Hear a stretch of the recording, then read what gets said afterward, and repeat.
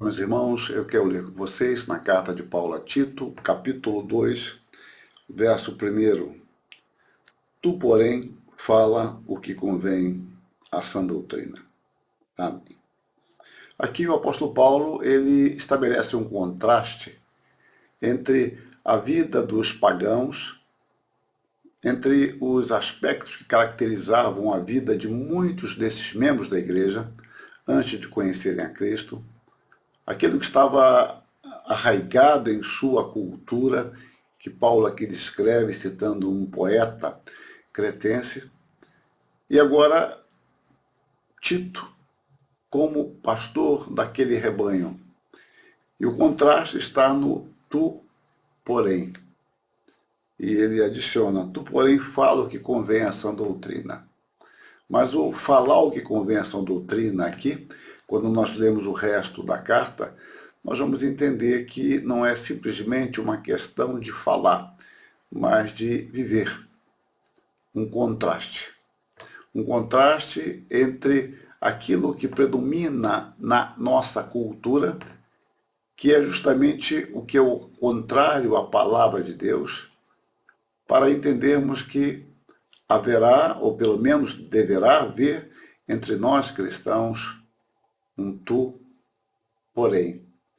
A igreja ela é uma antítese ativa aos valores da sociedade que contradizem os valores de Deus expressos na sua palavra.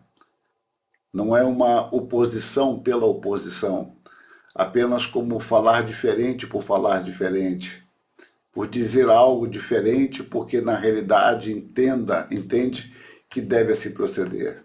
Não, não é isso.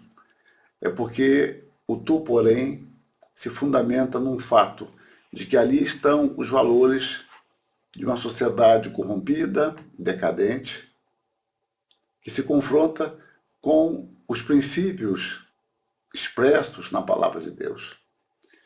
E, meus irmãos, como é difícil isso para nós. Eu creio que eu já ventilei esse assunto num vídeo ou outro.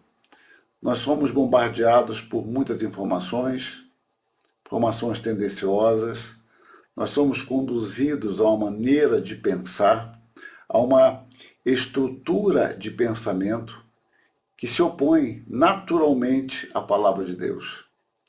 E como cristãos, nós enfrentamos muitas e muitas vezes um dilema entre aquilo que é tão forte em torno de nós e aquilo que é tão forte passa a se tornar normal e, ao mesmo tempo, a palavra que nós aprendemos, que nós conscientemente queremos seguir, mas nós temos os nossos desejos, os nossos sonhos, nós temos a nossa forma de ver e de agir, e a palavra vem de encontro a tudo isso, destruindo, transformando estruturas tão sólidas tantas vezes de pensamento, mas ao mesmo tempo isto está enraizado em nós e nós queremos alcançar o sucesso. E o problema também aí é que a nossa visão de sucesso é tantas e tantas vezes contaminada por uma visão secular e pagã. Então nós queremos algo estranho à palavra e, ao mesmo tempo, queremos um apoio da palavra e também, de forma concomitante, nós queremos ser bem aceitos na sociedade onde vivemos, com os seus valores, com as suas crenças, com as suas praxes e as suas agendas. Daí um conflito inevitável.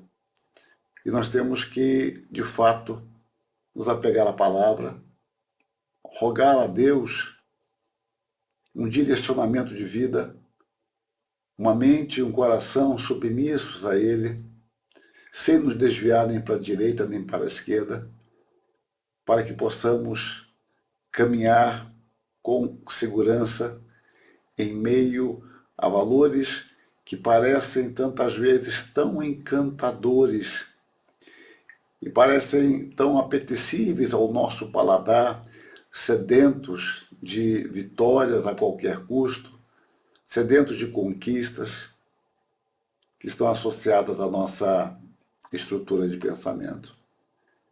E aqui vem Paulo dizer a Tito, pastoreando igrejas numa ilha de antecedentes difíceis, de um modo de vida tão estranho à palavra, e Paulo diz, tu, porém.